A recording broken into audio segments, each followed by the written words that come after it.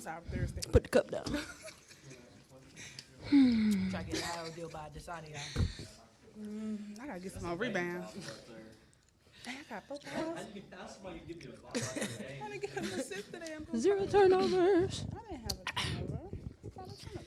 Mic check. All right, we're starting here in the front with Robbie Folk.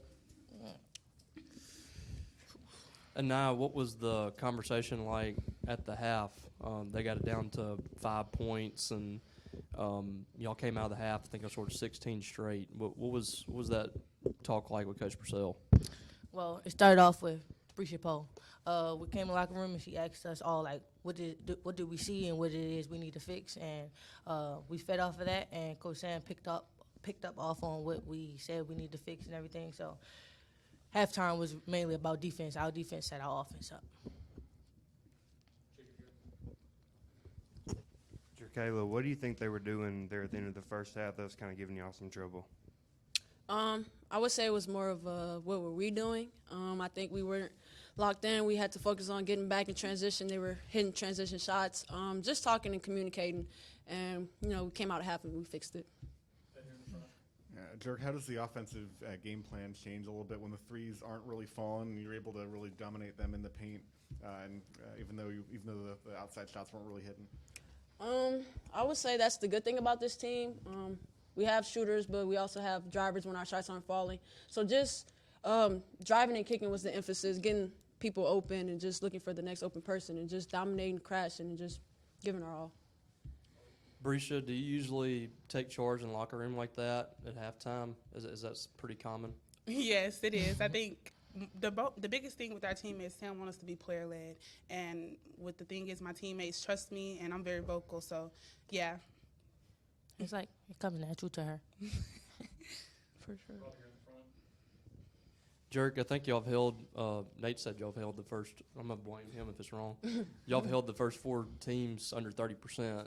Defense looks like a point of emphasis for y'all. Does it feel that way for you, maybe even more so than years past this year? For sure, I think that's something we emphasize in practice is defense. That's where we get our offense going, defense of stops, rebounds, and just pushing in transition. So we emphasize defense. As you can see, that was the turning point in the game when we locked up and talked. Y'all have done a much better job the past 2 games of limiting the turnovers. What improvements have you seen in that area? Running every time we turn it over.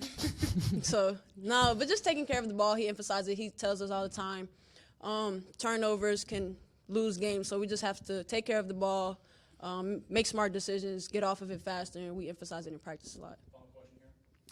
And I know we talked a little about your role earlier in the week, but you're kind of becoming that sort of that go-to lead scorer after coming off the bench most of your career, the last couple of stops. How is that sort of just coming along for you, and you're embracing that role as sort of one of the go-to offensive weapons for this team?